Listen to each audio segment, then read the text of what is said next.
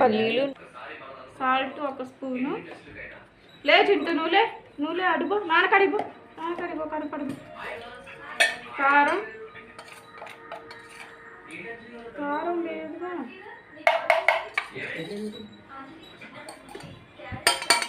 కారం 2 స్పూన్స్. పసుపు కొంచెం. ఓకేనా, ఇవన్నీ మిక్సీ పట్టుకోవాలి.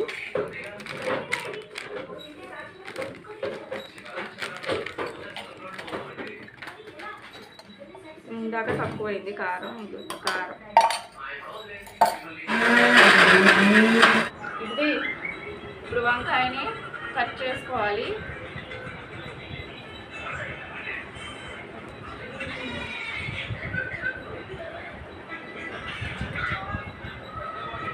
ఇలా కట్ చేసుకొని సాల్ట్ వాటర్లో డిప్ చేసుకోవాలి. Okay, continue.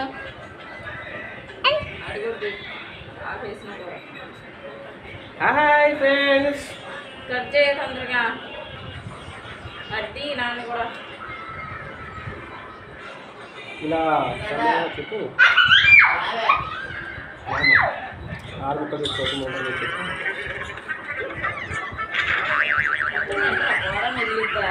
పారాయాలి సర్దుదా. కొన్ని గొయ్యి తినే అన్నీ ఎందుకు. చిన్న కాయలు గొయ్యి ఫస్ట్.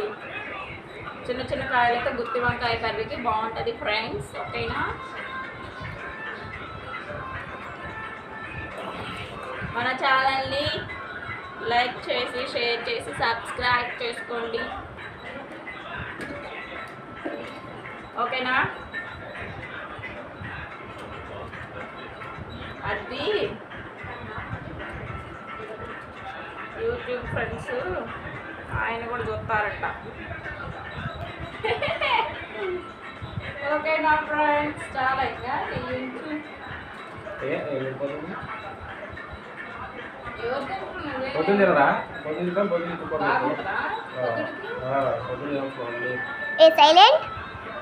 ఇంకా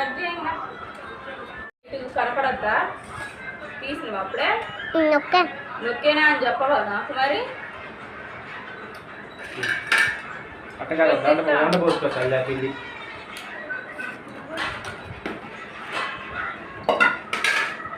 నల్లబడతాయి.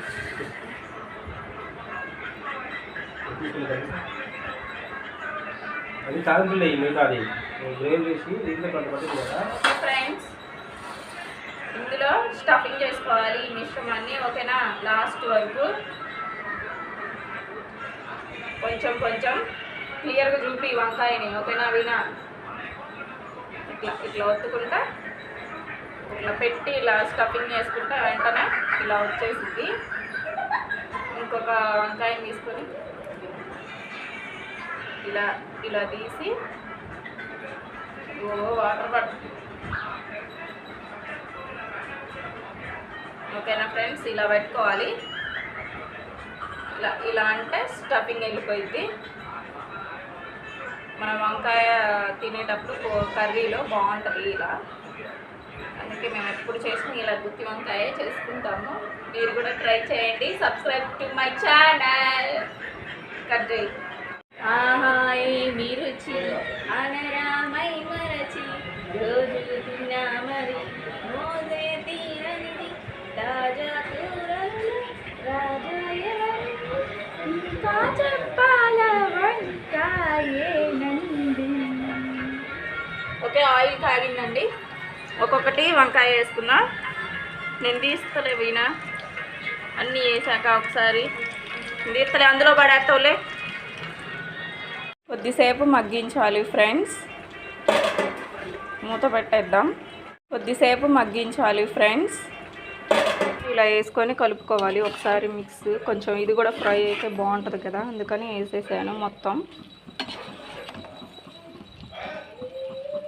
కలుపుకోవాలి.